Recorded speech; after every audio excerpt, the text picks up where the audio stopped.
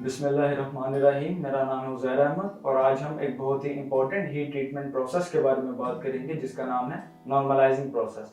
तो सबसे पहले ये बात करते हैं कि नॉर्मलाइजिंग प्रोसेस क्या होता है और ये क्यों किया जाता है। तो जब भी हम मेटल के ऊपर मैकेनिकल वर्किंग करते हैं, मतलब लोड लगा के मेटल को मुख्तलिफ शक्लों में ढालते हैं, मुख्तलिफ शक्लों में चेंज करने की कोशिश करते हैं। अब ये मैकेनिकल वर्किंग हॉट भी हो सकती है और कोल्ड वर्किंग भी हो सकती है। हॉट वर्किंग में मेटल को पहले गर्म किया जाता है और फिर उसके ऊपर लोड लगा के उसको मुख्तलिफ शक्लों में तब्दील किया जाता है, जबकि कोल्ड वर्किंग में मेटल को कमरे के दर्जा हरारत पर, रूम टेम्परेचर पर रख के ही उसके ऊपर लोड लगा के उसकी वर्किंग जो है वो कर ली जाती है, उसको मुख्तलिफ शक्लों में ढाल दिया जाता है।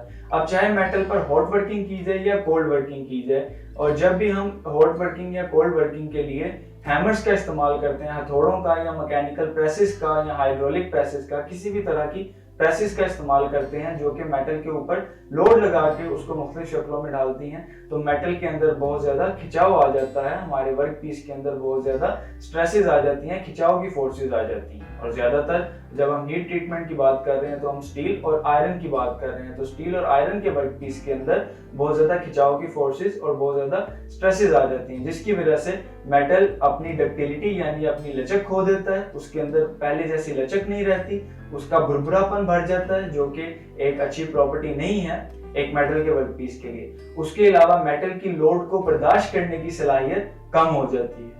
इसके साथ साथ मेटल का ग्रेन स्ट्रक्चर रफ हो जाता है, मतलब मेटल की जो सतह है वो ज्यादा खुरदरी हो जाती है और उसके ज़रात आपस में एक दूसरे को सही तरीके से ग्रिप करके नहीं रख पाते।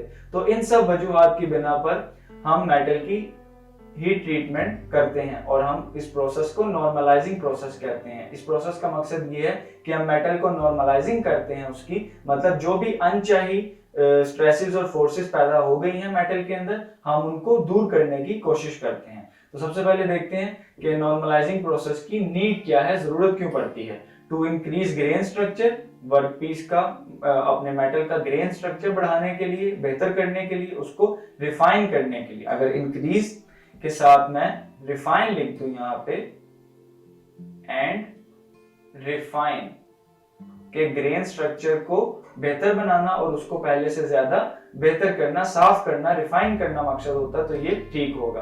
तो पहला मकसद है ग्रेन स्ट्रक्चर को रिफाइन करना। दूसरा है मशीनेबिलिटी बढ़ाना, मतलब जब हम मशीन करके वर्क पीस का कुछ मटेरियल काटना चाहते हैं तो अनचाहे स्ट्रेसेस की वजह से वर्क पीस गैर मामूली तौर पर हार्ड हो जाता है, जो कि एक अच्छी चीज नहीं है मशीनिंग करते वक्त। तो उसको दूर करने के लिए हम जो है वो नॉर्मलाइजिंग का प्रोसेस करते हैं। और तीसरा, टू इम्प्रूव शॉक रेजिस्टेंस, मतलब जब इम्पैक्ट लोड लगाया जाता है, जब झटका लगता है वर्क पीस को, तो उसमें उस झटके को बेहतर तरीके से बर्दाश्त करने की सलाहियत पैदा करने के लिए हम नॉर्मलाइजिंग का प्रोसेस इस पे करते हैं। तो मेन मकसद आप समझे नॉर्मलाइजिंग प्रोसेस का यही है कि वर्क पीस के अंदर हॉट वर्किंग या कोल्ड वर्किंग कुछ भी कह लें, उसके बाद अनचाहे स्ट्रेसेस को और खिंचाव की फोर्सेस को खत्म करना। तो नॉर्मलाइजिंग का प्रोसेस क्या होता है, उससे पहले हमें चंद टेम्परेचर्स के बारे में बात करने की जरूरत है। और जब हम हीट ट्रीटमेंट की बात कर रहे हैं तो मोस्ट ऑफ द केसेस हम स्टील की हीट ट्रीटमेंट की बात कर रहे होते हैं, तो हम स्टील की कुछ प्रॉपर्टीज को डिस्कस करते हैं। यहाँ पे आप देख सकते हैं मैंने एक ग्राफ ड्रॉ किया है और हॉरिजॉन्टल एक्सिस पे मैंने परसेंटेज कार्बन बाय वेट को कंसिडर किया है, यानी इस लाइन पे मैं कार्बन की परसेंटेज देख रहा हूं वर्क पीस में वजन के लिहाज से। मैंने इसकी परसेंटेज 0 से लेके 2 तक रखी है क्योंकि हम स्टील को डिस्कस कर रहे हैं और स्टील में कार्बन की परसेंटेज 0 से लेके 2% तक वैरी करती है। 2 से ज्यादा हो जाए तो वो स्टील नहीं रहता बल्कि वो कास्ट आयरन बन जाता है। तो अगर यहाँ पे मैं एक और पॉइंट ड्रॉ करूं जिसको 0.8% अगर कह दूं, तो हमें पता है कि इस 0.8% के ऊपर हमारे पास जो स्टील हासिल होता है वो यूटेक्टॉइड स्टील कहलाता है। इस 0.8% के ऊपर जो स्टील हासिल होता है इसको यूटेक्टॉइड स्टील कहते हैं। इससे पीछे हाइपोयूटेक्टॉइड और 0.8 से अगर आगे है उसकी परसेंटेज तो वो हाइपर यूटेक्टॉइड स्टील कहलाता है। हम पहले इसके बारे में बात कर चुके हैं। और हम जो वर्टिकल एक्सिस है उस पे टेम्परेचर को कंसीडर कर लेते हैं डिग्री सेल्सियस में। तो जैसा कि हम जानते हैं कि हमारे पास मेटल का, खासतौर पर स्टील का जो क्रिटिकल टेम्परेचर हमने बात की थी वो है 723 डिग्री सेल्सियस। तो अगर मैं यहाँ पे एक टेम्परेचर ड्रॉ करूं 723 डिग्री सेल्सियस, और उसी टेम्परेचर के अकॉर्डिंग मैं एक हॉरिजॉन्टल लाइन ड्रॉ कर दूं, और एक और मैं यहाँ पे टेम्परेचर कंसीडर करता हूँ जिसको मैं कह लेता हूँ 900 या 910 डिग्री सेल्सियस। तो ये दो तरह के मैंने टेम्परेचर्स कंसीडर कर लिए, 723 डिग्री सेल्सियस और 910 डिग्री सेल्सियस। तो ये हमारे पास जो टेम्परेचर है इसको कहा जाता है स्टील का lower critical temperature. This is called lower critical temperature of steel. तो इसको मैं LCT लिख देता हूं। LCT means lower critical temperature, और ये हमारे पास 910 डिग्री जो है इसको स्टील का हाई क्रिटिकल टेम्परेचर कहा जाता है। हायर क्रिटिकल टेम्परेचर इसको हम कंसीडर करते हैं। तो हायर क्रिटिकल टेम्परेचर और लोअर क्रिटिकल टेम्परेचर से क्या मुराद है? जैसे ही हम अपने वर्कपीस को गर्म करना शुरू करते हैं और हमारा वर्कपीस का दर्जा हरारत 723 डिग्री सेल्सियस तक आता है, तो वर्कपीस, खासतौर पे स्टील के वर्कपीस की जब हम बात कर रहे हैं, तो उसके अंदर जो सख्ती है वो कम होना शुरू हो जाती है और स्टील आहिस्ता आहिस्ता से नरम होना शुरू हो जाता है। तो 723 डिग्री सेल्सियस पे जब हमारा स्टील पहुंचता है वो आहिस्ता से नरम होना शुरू कर देता है, और 910 डिग्री सेल्सियस तक वो नरम होता चला जाता है।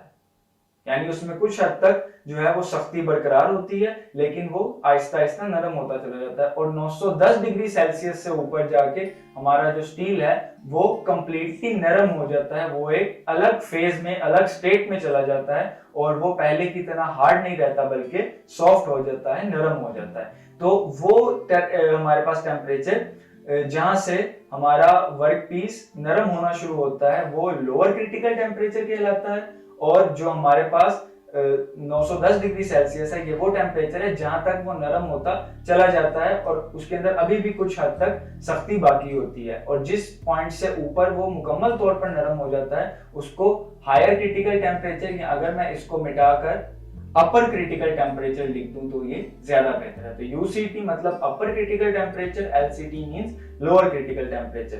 तो अगर मैं 0.8% के हवाले से ड्रॉ करूं तो हम ये देखते हैं कि नॉर्मलाइजिंग प्रोसेस के लिए हमारी जो एक रेंज है वो ये बनती है। यानी अगर मैं 0.8% पे कार्बन को रखता हूं तो ये मेरे लिए लोअर क्रिटिकल टेम्परेचर की रेंज है, और ये मेरे लिए अपर क्रिटिकल टेम्परेचर की रेंज आ गई है। यानी जब कार्बन की परसेंटेज 0 से 0.8% की तरफ बढ़ना शुरू होती है तो हमारे पास अपर क्रिटिकल टेम्परेचर की लाइन नीचे आना शुरू होती है। इसकी वजह ये है कि जैसे ही कार्बन की मिकदार स्टील के अंदर बढ़ती है तो हमारे पास उसका दर्जा हरारत ड्रॉप डाउन होना शुरू हो जाता है, नीचे आना शुरू हो जाता है। लेकिन जैसे ही 0.8% से बढ़ता है हमारे पास कार्बन कंटेंट, तो ये दोबारा से वर्कपीस जो है वो उसके लिए हमारे पास जो अपर क्रिटिकल टेम्परेचर की रेंज है वो बढ़ना शुरू हो जाती है। उसकी वजह यह है क्योंकि यहाँ पे आके वर्कपीस अपनी जो वर्कपीस का मटेरियल है वो अपनी स्टेट चेंज कर लेता है, वो हाइपर यूटेक्टॉइड स्टील से हाइपर यूटेक्टॉइड स्टील की तरफ चला जाता है। तो ये हमारे पास लोअर क्रिटिकल टेम्परेचर की रेंज है, और ये ग्रीन वाली हमारे पास अपर क्रिटिकल टेम्परेचर की रेंज है। इसको भी मैं थोड़ा वाज़ेह कर दूं तो हमारे पास जो नॉर्मलाइजिंग के प्रोसेस में हमने वर्कपीस को जहां तक गर्म करना होता है वो है 40 to 50 degree Celsius above critical temperature.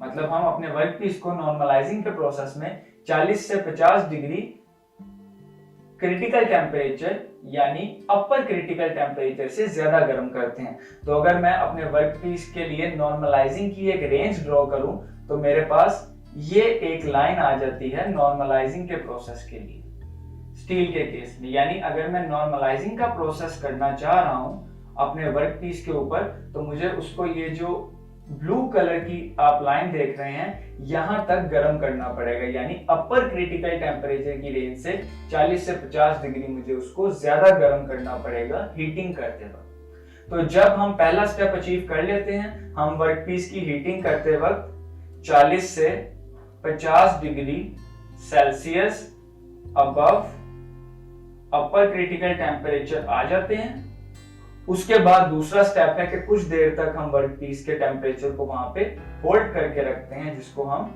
Soaking कहते हैं। तो सोकिंग फॉर सम टाइम, कुछ देर तक सोकिंग की जाती है। उसके बाद थर्ड स्टेप में क्या किया जाता है, हम वर्क पीस को फर्नेस से बाहर निकालकर हवा में ठंडा होने के लिए रख देते हैं, रूम टेम्परेचर पर ठंडा होने के लिए रख देते हैं, जिसे कूलिंग या एयर कूलिंग भी कहते हैं।